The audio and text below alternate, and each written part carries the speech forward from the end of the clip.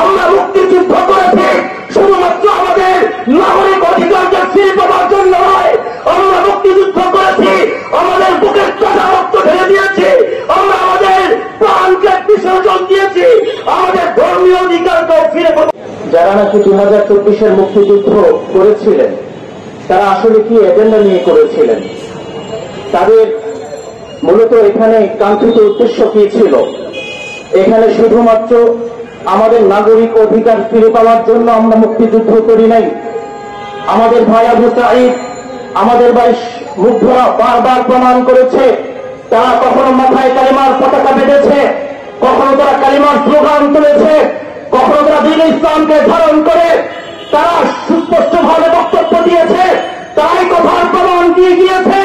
আমরা মুক্তিযুদ্ধ করেছি শুধুমাত্র আমাদের নাগরিক অধিকারকে ফিরে পাওয়ার জন্য নয়।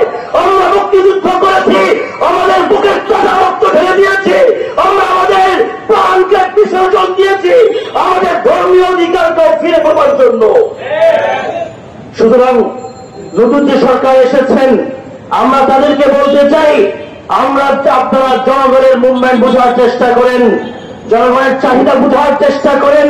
জনগণ আপনাদেরকে ক্ষমতায় বসিয়েছে, সেই জনগণ আপনাদেরকে ক্ষমতায় বসিয়েছে, সেই জনগণ চাইলে আপনাদেরকে আবার বিশিষ্ট হত্যার মতো ক্ষমতার গতি থেকে হেসড়ে নামাতে পারে।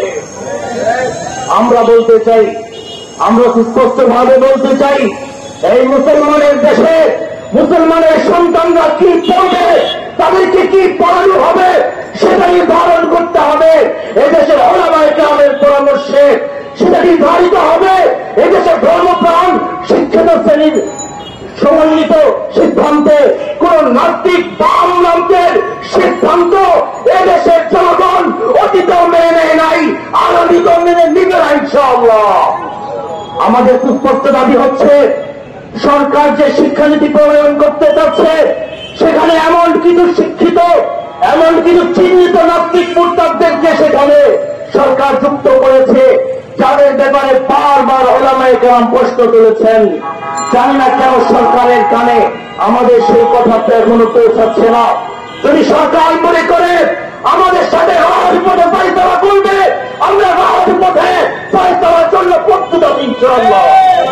যদি সরকার মনে করে রাজপথে হানাহানি চায় না, রক্তারক্তি চায় না, তাহলে সরকার অনত বিলম্বে আমরা আশা করি আমাদেরকে আলোচনার টেবিলে ডাকবে, আলোচনার মাধ্যমে সমাধান করবে। যদি আলোচনার মাধ্যমে সমাধান করতে ব্যর্থ হয়, আমরা যেভাবে আমরা গত 5 তারিখে, আগস্টের 5 তারিখে নিজের জীবনকে বাঁচিয়ে রেখে রাজপথে নেমে এসেছিলাম, বিশিষ্ট হাতিয়ার সাথে রাজপথে পরিণত হয়েছিল, প্রয়োজনে আমরা আবারও রাজপথে নেমে আসবো, কিন্তু এদেশে কোন ইসলাম বিদ্বেষী কর্মকাণ্ড বাস্তবায়িত হতে দেব না, দেব না, দেব না ইনশাআল্লাহ। ওয়া আখিরু দাওয়ানা আলহামদুলিল্লাহ।